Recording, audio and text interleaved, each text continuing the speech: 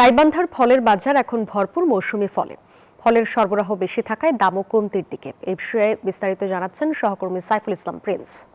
গাইবান্ধায় জমে উঠেছে মৌসুমি ফলের বাজার।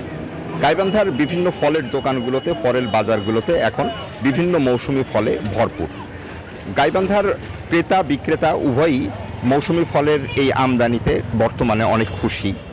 গত সপ্তাহে মৌসুমি ফলের বাজার আরও বেশি থাকলেও এ সপ্তাহে মৌসুমি ফলের দাম অনেকটাই কমে এসেছে।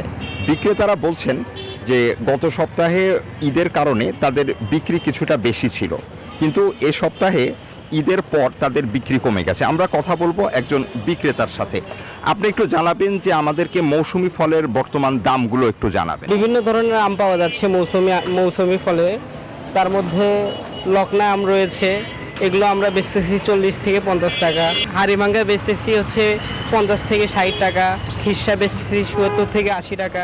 এছাড়াও আরও বিভিন্ন ধরনের আম রয়েছে। ক্রেতা বিক্রেতা উভয়ই মৌসুমি ফলের এই আমদানিতে বর্তমানে আমাদের গাইবান্ধায় খুশি রয়েছে। তবে গাইবান্ধায় নিজস্ব মৌসুমি ফল তেমন একটা উৎপাদন না থাকায় বিক্রেতাদেরকে বাহির থেকে মৌসুমি ফল নিয়ে আসতে হয়, যে কারণে মৌসুমি ফলের দাম কিছুটা তাদের কম পড়ে। গাইবান্ধায় রংপুর, বগুড়া, রাজশাহী বিভিন্ন জায়গা থেকে আমগুলো নিয়ে আসে। এর আগে মৌসুমি ফলের মধ্যে ফরমালিনের কিছুটা প্রকোপ থাকলেও বর্তমানে ক্রেতারা বিক্রেতারা বলছেন এখন ফরমালিনের তেমন কোনো সমস্যা নেই। এই ছিল গাইবান্ধা থেকে আমার কাছে মৌসুমি ফলের সর্বশেষ আপডেট। ফিরে যাচ্ছি স্টুডিওতে।